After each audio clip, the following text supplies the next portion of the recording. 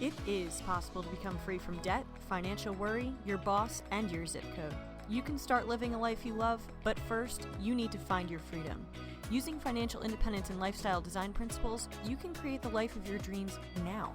There are many paths to freedom, and that is what this podcast is all about. My name is Becky from 20free.co, and I am the host of the Find Your Freedom podcast.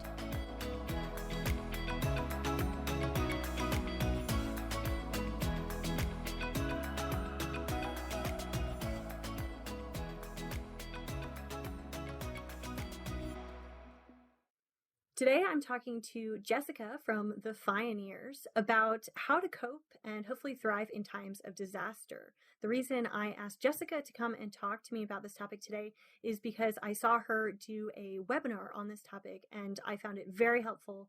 This was a couple of weeks ago when COVID was just ramping up in the United States, and it was a really stressful time for me and for everyone that I knew. So her tips around coping with stress and anxiety around this changing and uncertain situation was very helpful to me, and I wanted to share that information with you.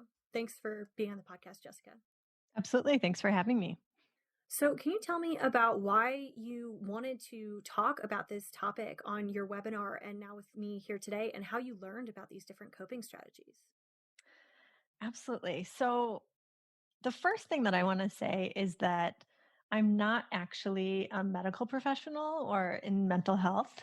The thing that excites me and qualifies me, if anything, to speak about this is that I have been through the process of having severe anxiety and panic attacks.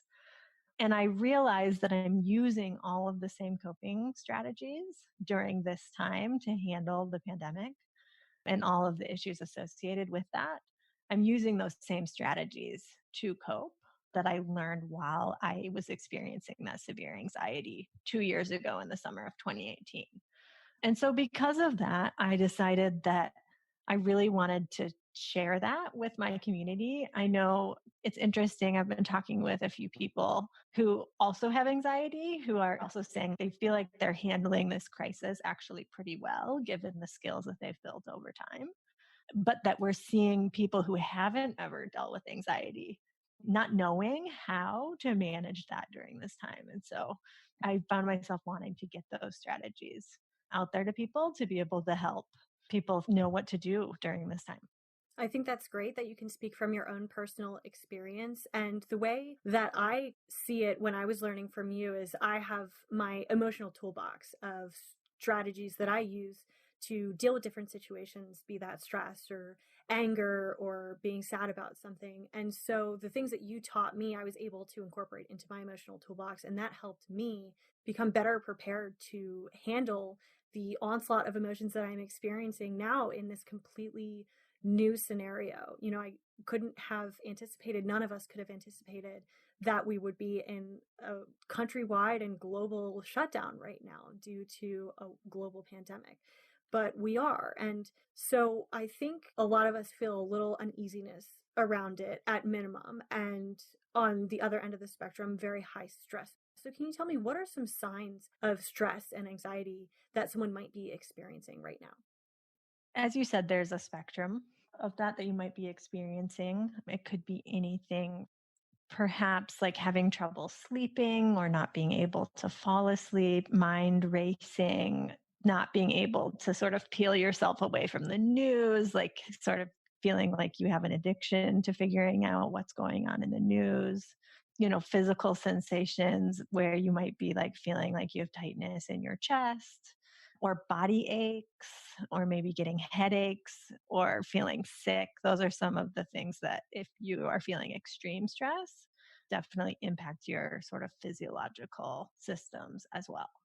So if you identify any of those feelings in yourself, like I can identify with some of the things that you just mentioned, even the physical feelings of stress, my body feels different. I kind of feel like I'm spun a little bit tighter than normal, and if someone is feeling those things, what is the first small step that they can take to start dealing with their anxiety right now? Can we talk about 2 steps? Absolutely. So the first step that I would say is that we need to get to a place where we're noticing those things as they're happening instead of waiting until we just feel really bad to realize we need to do something.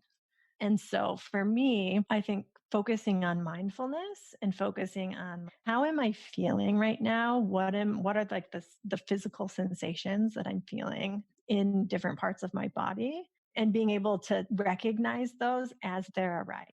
And so one particular skill that people can build is mindfulness. And one of the best ways to build that skill is through meditation. I personally use the Headspace meditation app.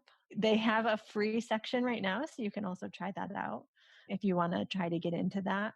And basically what meditation does is it helps you to just really get centered and focused on what is happening in yourself and around you.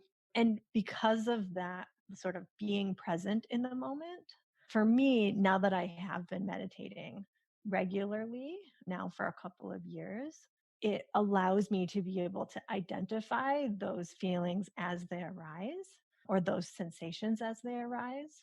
And for me, I often will experience the physical sensation before I connect it with an emotion.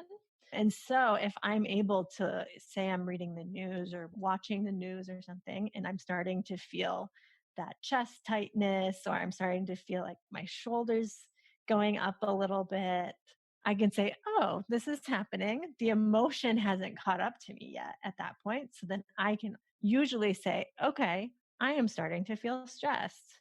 Then I can step away, and sometimes just the act of identifying it and stepping away is enough to diffuse it and to not bring up the feelings, and sort of diffuse it before those feelings of stress and anxiety come up.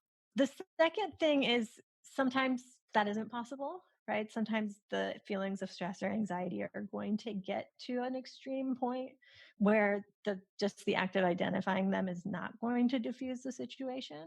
And so for those things, when that happens, the important thing is to realize that in that moment, when you're feeling the intensity of an emotion, like anxiety or stress or fear, that it's probably better to not try to fix the situation while you're experiencing that acute emotion.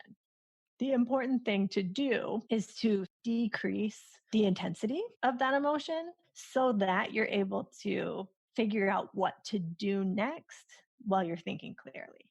And so some options of things that you can do to sort of bring down the intensity of that emotion could be removing yourself from the situation, turning off the news, going for a walk, doing some yoga, splashing cold water on your face, going for a run, doing some sort of vigorous physical activity, or simply distracting yourself by calling a friend, watching a TV show, playing a game. There's so many options. And I think figuring out what is the thing that will help you to be able to just get past that wave of intense emotion so that you're able to deal with the thing that's behind it.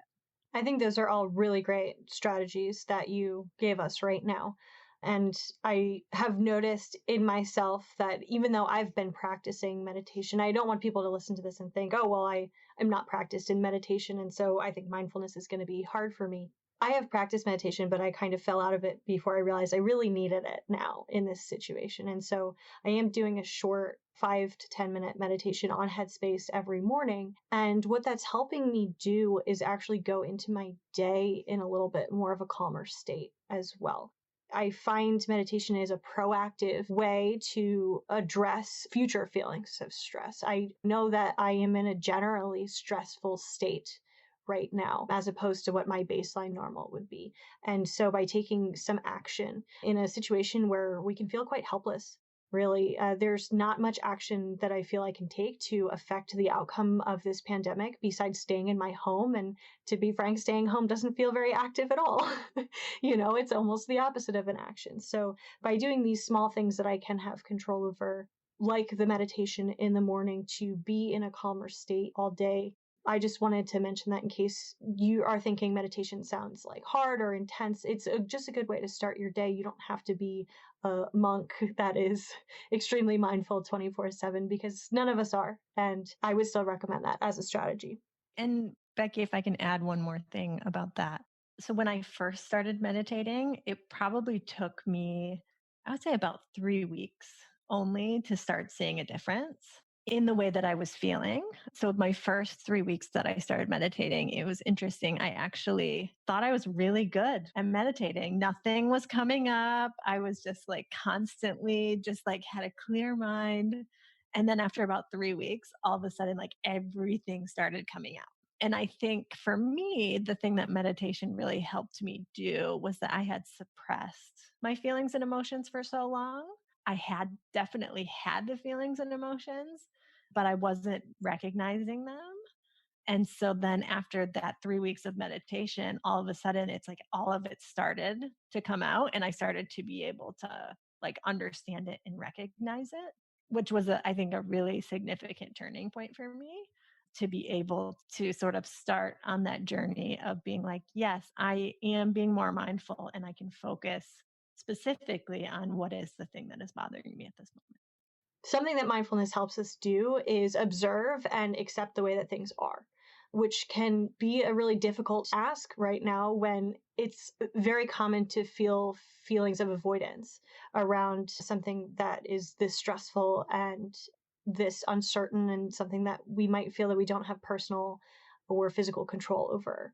So just getting onto that path of observing and accepting your own reactions is the first step in being able to manage your stress around this situation. And I would add to that that knowing that any emotion or anything that anyone is feeling right now is valid and isn't bad. Like you shouldn't feel bad if you're feeling stress or grief or anxiety or fear or even happiness. There are moments that we're going to be experiencing all of those things, and we should recognize it when we're experiencing all of those things. But we don't need to feel bad or guilty about feeling good at moments like this. I think we need to make sure that we are creating moments where we feel good. And we need to not beat ourselves up when we notice that we're also feeling bad in moments.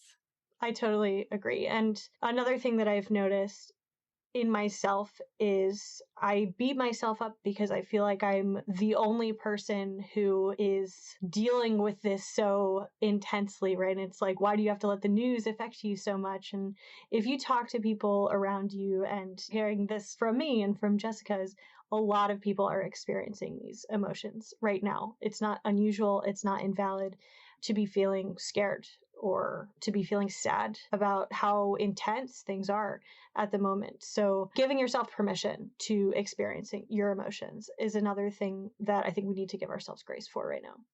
It's easy to sometimes not even realize that you're beating yourself up about something. So, for example, yesterday, I was working and I spent most of my day figuring out how this new COVID related legislation applied to my employer and the benefits and the sick leave and all of those different things. And I got finished with that. And I just felt like I needed to just lay down in the middle of my workday on my couch for like 30 minutes. And I set a timer. And then I realized I was feeling bad about that. Like I was feeling bad about needing to take a break and rest, even though I had just been focusing for like 2 or 3 hours on something that was, one, really stressful, two, has really large ramifications for everyone who I work with, and three, is something that's constantly changing every day, that I realized that I just needed to extend myself a little grace on that. And laying down and taking a little nap in the middle of my day was completely fine. Yeah, and I've experienced that as well, where I have not been able to work as much as I normally do. And I typically work from home. So my work situation hasn't changed. I don't have children working at home. I know there are plenty of people that are dealing with a much more intense work from home experience than I am.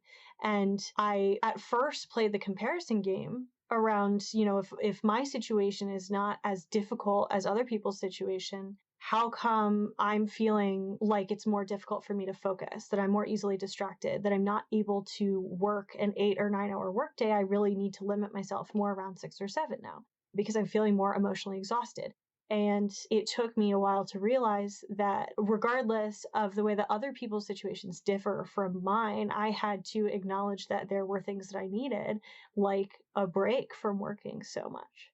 Right. And I needed to step back from the news. I thought it was my responsibility as an informed citizen. And it was also kind of my anxiety speaking to think that I needed to be checking the news once an hour in the beginning of this. And I realized that was really feeding into my anxiety. It wasn't calming it down. And that was when I decided to set a rule where I was not consuming any news around in particular, the coronavirus pandemic, with the exception of around 15 minutes around dinner time every day so that I could stay up to date. And I was limiting my sources of this news. I only read the Johns Hopkins daily email that goes out with statistics and, verified data. And that was it. I felt so much better when I started doing that. And I guess I hadn't even realized before how much of an effect constant media consumption was having on my mental state. The next thing that I wanted to ask you about was something you mentioned in the webinar about reducing emotional vulnerability. And I connected really, really strongly with this because there is a time of day every day, right around 12 or 1 p.m., where I start getting cranky and I start getting a little bit mean if I don't eat food. And you gave me a phrase for this, which is emotional vulnerability, because I am a hangry person. If I don't eat, I have emotional effects from my physical state, which is being hungry. So can you tell me a little bit about that and what we can do physically to be able to prepare ourselves better mentally?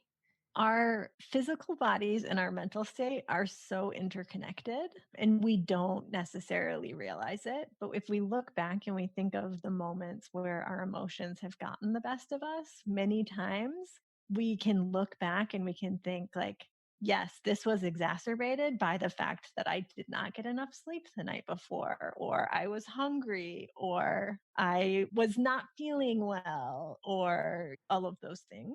Just as a quick example, yesterday I had that frustrating day where I felt down because I was focusing on the COVID stuff all day. And I realized that for lunch, I didn't really plan ahead of what I was going to eat for lunch because I'm at home. I'll just throw something together, but I didn't really have much.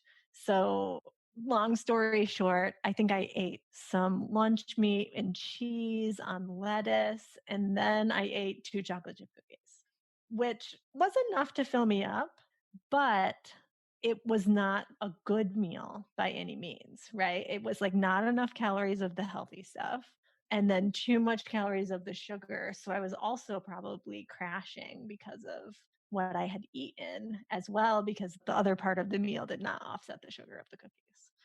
And so by the time I got finished with that project, I was already down. I did not want to be focusing on COVID changes and legislation any longer.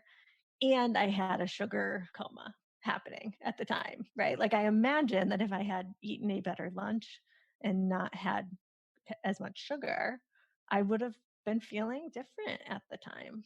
And I think we can all look and sort of identify times in our lives where we likely would have handled the situation better if we had been taking care of our physical needs. So things like eating healthy and making sure we're eating enough so we don't get hangry, making sure that we're getting enough sleep, so going to bed early enough and making sure we have enough time before we wake up in the morning, addressing our physical illness or pain.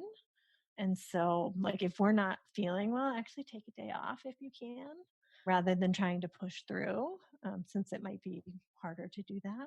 Exercising regularly, avoiding mood altering substances. So, for some people, that might be alcohol. For others, like me, I avoid coffee.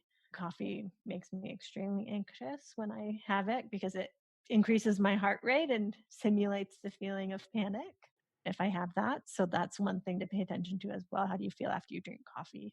And then also thinking about what are some activities that you can do to recover? Are there like particular things that you know will allow you to feel rested after you do them? So for me, I know that I'm always going to feel better after reading a book than watching a TV show. So if I'm feeling particularly down, maybe all I want to do is lay on my couch and watch TV. After I do that, though, I'm not going to feel better.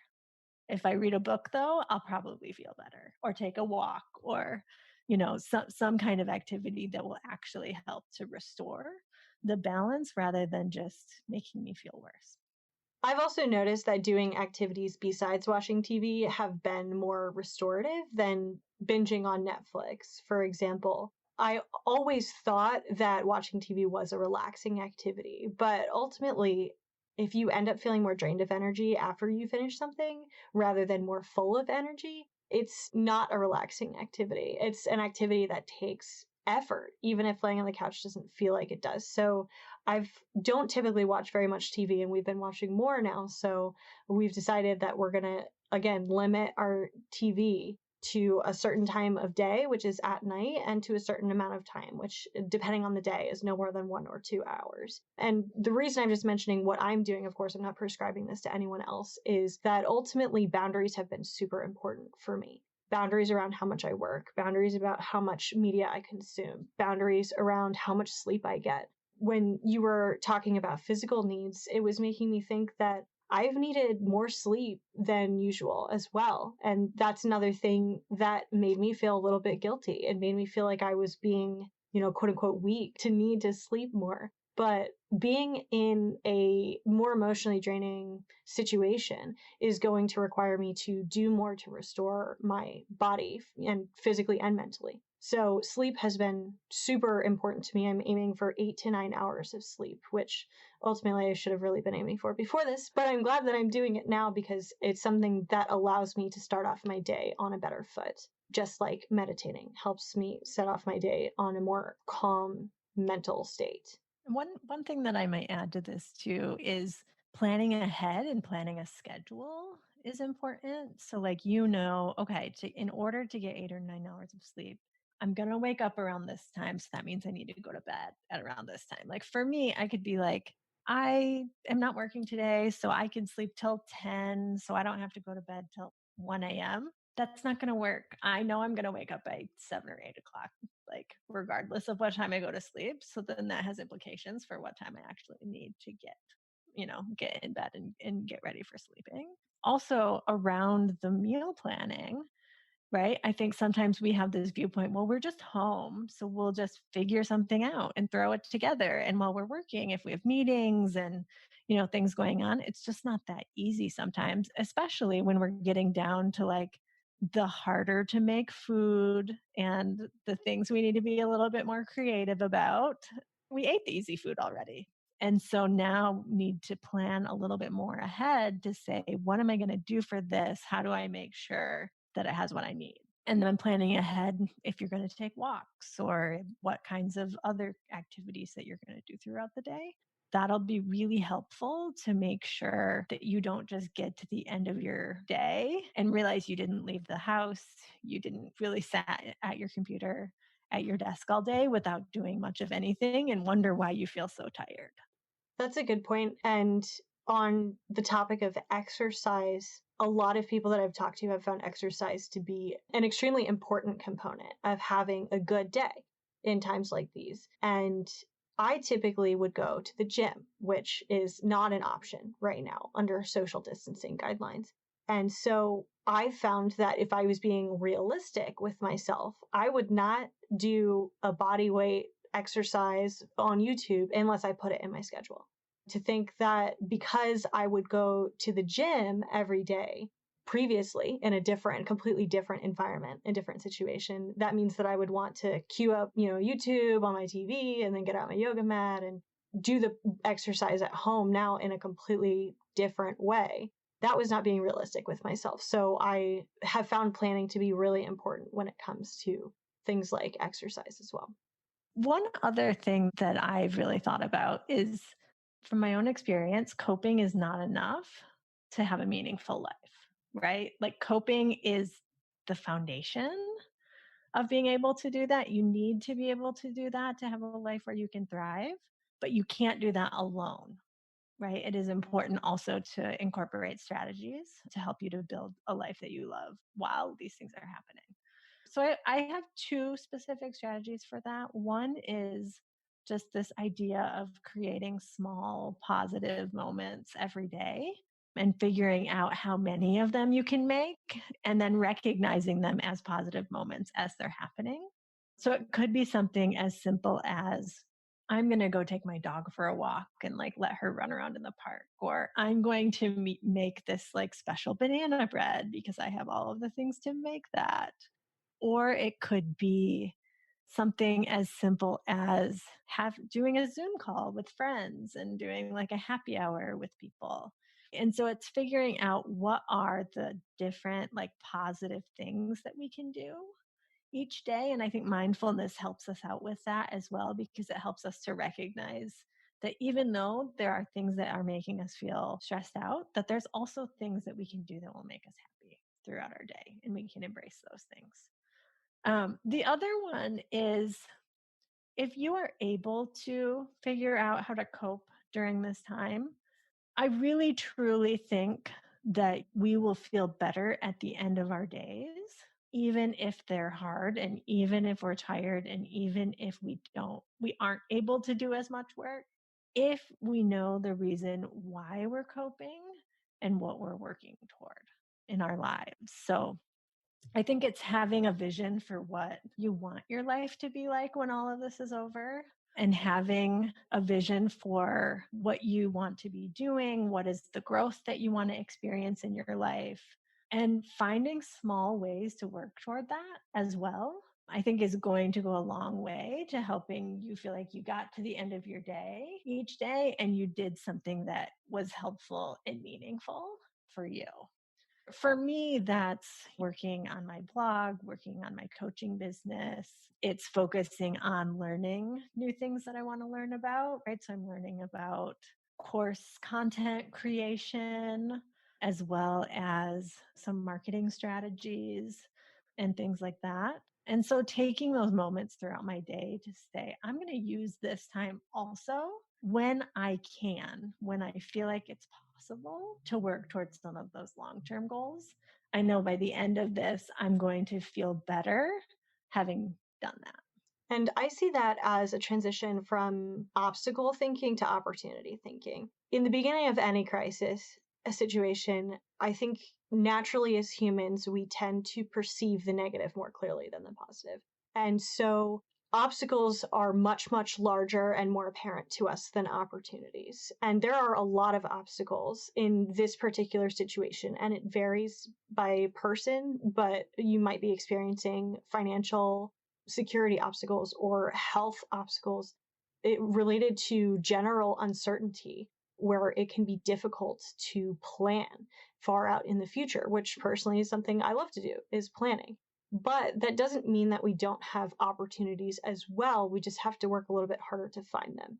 And having a long-term vision for my future is helping me guide the way that I'm seeking opportunity now. My plans for the next quarter and my plans for even all of 2020 are likely going to change. I think that's just a reality of the situation. But I do have an opportunity to work towards my longer term goals now. And everyone has an opportunity to work towards their longer term goals now. And to find ways that we can be grateful for the things that we do have, to find ways that we can pivot our actions to be relevant now in this changing circumstance, and to find ways that we can evaluate our life and the way that we were living and see if that matches up with our values ultimately. I am seeing this as a huge opportunity for, oddly enough, social connection. I have found that it is just as easy right now to connect with people that I live 3,000 miles away from or across the world. I know some people who live in Southeast Asia, and they're just as easy to connect with right now as my friends who live in the same town as me, because we're social distancing. And so I'm using this as an opportunity to not only stay connected in my relationships, but to reevaluate how I can change the way that I operate in my relationships in my life, so that there is not so much of a difference between the people that I am physically close to and the people that I'm physically far away from when it comes to connection. So that was a really interesting personal example of something that I've seen an opportunity in that I may not have ever realized if I hadn't been put in this situation. One thing that I might add to that is I think that sometimes we think pretty narrowly about what it is that we want. Like for me, I love to travel. That is not something I'm going to be doing for quite a while, I imagine, right? Cancel the trip, likely going to be canceling the next trip as well. But going beneath that and saying, like, why do I like to travel? Because I want to feel adventurous. And so, what are the things that I can do right where I am to build that same feeling? Right. So I can apply it to different things. Instead of travel, I can apply it to my business and I can try to do new things and be creative and take risks and do things I'm not 100% sure that I know how to do because I want to feel adventurous and I can feel adventurous in other ways. And so for me, it's, I think, digging deep to say, okay, here's things that I would like to be doing. I can't do them now. What am I trying to get out of doing those things? Right. So it's like, I feel like for me, I've done some work to figure out there's really like 5 core things I want in my life. One is relationships, right? I want to have loving relationships with family and friends. 2, I want to use my creativity. 3, I want to have a sense of like balance. And so I want to feel like I'm able to take time to relax, take time to focus on health. 4, adventure, right? And we talked about that. And then the 5th one is that I feel like I'm a teacher at heart. And so constantly, I don't feel like a learning process is complete until I can then teach it to someone else. And so I've looked at these sort of 5 things and I've said, okay, these 5 things, I can still achieve all of those things probably almost every day during this pandemic. I just need to focus on achieving them slightly differently, right? So I'm not going to be going over and having a full game day hanging out with friends. We might be doing a Zoom call in the evening. I did that last night. That was lovely. We were able to connect in similar ways, right? Able to do lunches with more people and spend more time playing board games with my husband.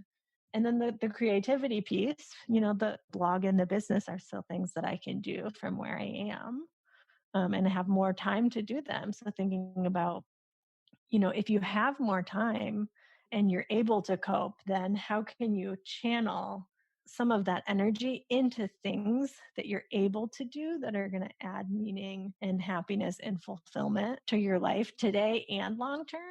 And those things might manifest differently now, but you'll be able to sort of have that same feeling of fulfillment.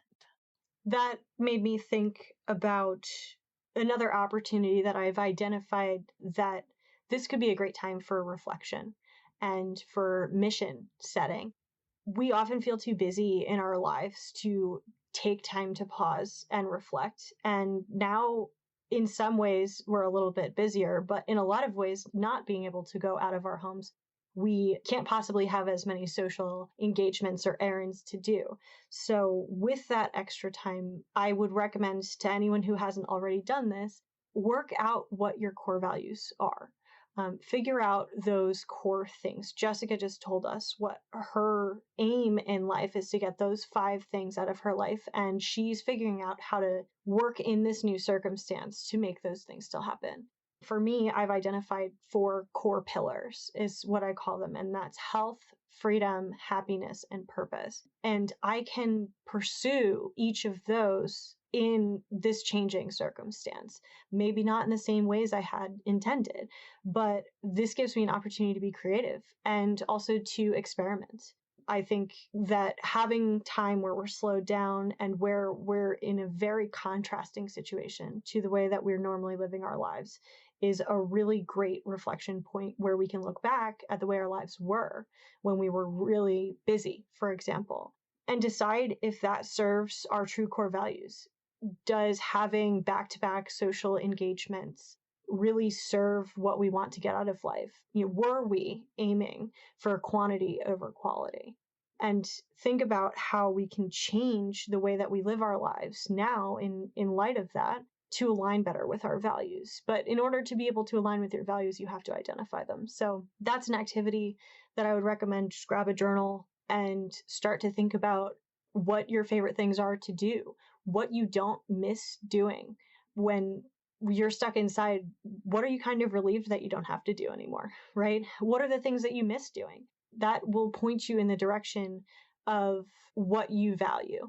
And then you can distill it. And it might be an iterative process to distill it into something as simple as, my 4 pillars and Jessica's 5, what do you call them? Their 5 desired feelings? 5 desired feelings. Mm-hmm. That's something, if you're finding time on your hands and you're seeking an opportunity rather than an obstacle, that I would recommend. One other thing that I might add is I think sometimes we talk about minimalism and we think of minimalism as just our stuff and wanting to get rid of clutter and have fewer things. For me, I think minimalism applies to our social engagements and everything we do as well. So if we apply it to our time, I think we're getting to a place where this is sort of forced minimalism in some way, that we're not able to do a lot of the social engagements.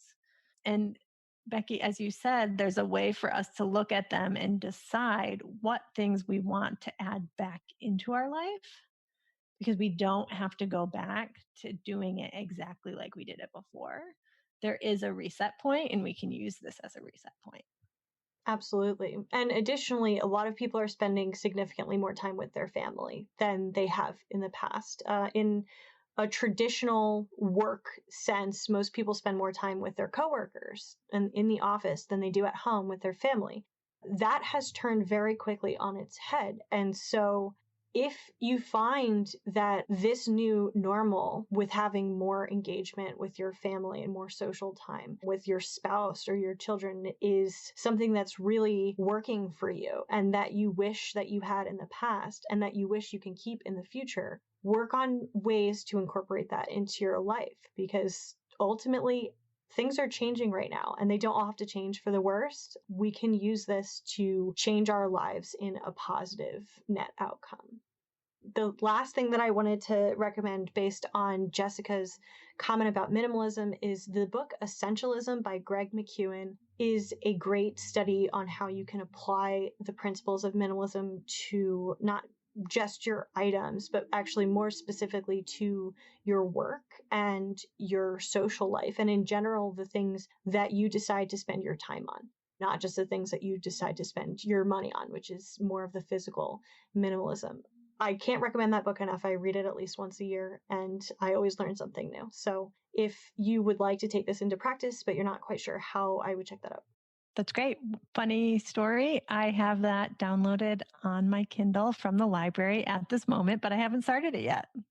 I think you'll really enjoy it, Jessica. I know you like minimalism and you've done minimalism challenges in the past. And this is actually, honestly, probably one of the most perfect times to read and implement that book. It will never be easier to say no to social engagements and to work obligations than it is right now. Let's be real. We have a fantastic excuse. So I will link to it in the show notes, and I would recommend, I listened to it on Audible. It sounds like Jessica's going to be listening to it too. So read it or listen to it. You're going to want something to take notes on because there's some really good stuff there. Thank you so much for joining me, Jessica, for this really actionable, almost workshop about how you can cope and even thrive in times of disaster. Jessica shared with us different ways that you can cope with stress and anxiety. But another thing that I'm actually just realizing right now is something that's really helped me is asking people for help and advice. And Jessica is someone that I asked for help and advice, and her advice has helped me. So I hope this helps you. And if you need additional support, I encourage you to reach out to people that you know and that you care about and ask them for their help and advice. And I'm sure they would be happy to help you in this time. You can learn more about Jessica's story at thefioneers.com and on Instagram and Twitter at thefioneers. That's the FIONEERS.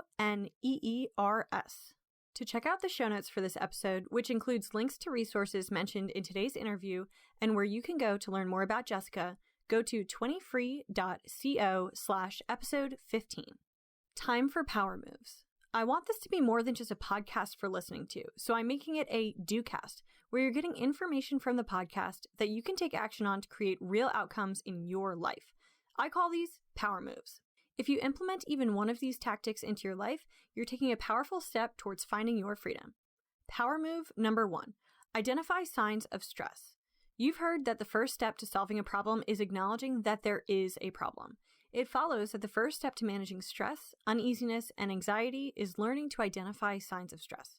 Signs of stress can include having trouble sleeping or falling asleep, mind racing, or news addiction, as well as physical sensations such as tightness in your chest, body aches, headaches, or feeling sick. Power move number 2, use mindfulness to recognize emotions. Mindfulness is a powerful tool that can help you recognize feelings as they arise and understand what is bothering you at the moment. It is a skill that is often built through meditation. Both Jessica and I use Headspace, a meditation app that provides guided meditations. Mindfulness helps you observe and accept the way things are, which can help in stressful situations where avoidance is a common defense strategy. Additionally, mindfulness can help you identify physical sensations, such as tightness in your chest or your shoulders tensing, and connect that to an emotion. Once you are aware of the emotions that are causing physical and mental stress, you can work to accept them and move past them.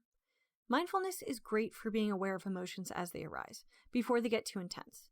But in the moment you're experiencing an intense emotion, you should first decrease the intensity of the emotion so you can figure out what to do next once you're thinking clearly. Some ways to decrease emotional intensity is to remove yourself from the situation, turn off the news, go for a walk, do yoga, splash cold water on your face, do vigorous physical activity, or distract yourself by calling a friend, watching TV, or playing a game. Power move number 3, realize your emotions are valid. It is pretty common to feel bad about feeling bad, and in challenging situations like these, you can even start to feel bad about feeling good. But while it's important to recognize when you're experiencing both good and bad emotions, you don't need to feel bad or guilty about them. Your emotions are valid. This is a really stressful time, and it's not unusual to be feeling scared or sad. It is also important to create moments where we do feel good. So don't beat yourself up for your emotions. They're all valid. Power move number 4, give yourself grace. The world is changing right now. Life is changing too, in a big way. Except that some things about your routine and your mental state are going to change. You may find that you can't work as much right now. You might be finding it more difficult to focus or feel that you are more easily distracted. It could be that you are more emotionally exhausted than usual, or that you need more sleep than you usually do in a normal situation. Give yourself some grace to accept these changes. After all, our world and our lives have changed a lot recently. Power move number 5, reduce emotional vulnerability. Emotional vulnerability is where we are more susceptible to an emotion because of our physical state. This could be that we are more apt to anger when we are hungry and thus get hangry around noon every day. Emotions and emotional reactions can be exacerbated by things like hunger or tiredness or sickness. To reduce emotional vulnerability, we need to take efforts to physically prepare ourselves. That means eating healthy and eating enough, getting enough sleep and going to bed early enough, addressing physical illness or pain, exercising regularly, doing recovery activities such as reading, and avoiding mood-altering substances such as alcohol or coffee. Power move number 6, set boundaries and plan ahead. To reduce stress, it is essential to set boundaries. Delineate your workday from your personal time, even though you're working from home. Set limits on how much news you consume and how much TV you watch. Create expectations about how much sleep you will get. Planning will help enforce these boundaries. By planning to go to bed at a specific time in order to get 8 or 9 hours of sleep, you will be more successful. Meal planning can help you ensure that you are eating healthy food and enough food. Planning what exercises you will do, where you will do them, and when you will do them will keep you moving. Also, be sure to plan for relaxation and restorative activities into your schedule so that you can have some time off. Power move number 7, work towards the future. As Jessica reminds us, coping is not enough to have a meaningful life. It is important to incorporate strategies to build a life that you love while you are weathering this crisis. Rather than just surviving, start thriving. We will feel better now if we know the reason why we are coping and what we're working towards in our lives. Finding small ways to work towards your long-term goals will help you feel accomplished and like you are taking meaningful steps towards your future. To identify how you can work towards your long-term goals during this challenging time, consider your core values. You can still achieve them, even though your circumstances have changed. You will just need to go about them slightly differently. This is an amazing opportunity to decide if our old lives serve our true core values. Power move number 8. Transition from obstacle thinking to opportunity thinking. In the beginning of a crisis, we tend to perceive the negative more clearly than the positive, and obstacles feel much larger to us than opportunities. Having a long-term plan for the future will help guide the way you seek opportunity now. First, we can transition from being sad about what we don't have to being grateful for the things that we do have. We can also pivot our actions to be relevant in these changing circumstances. We can find ways to evaluate the way we're living and see if that matches up with our values. We can also recognize that while we are socially distancing, this is actually a big opportunity for social connection with people who live far away from us.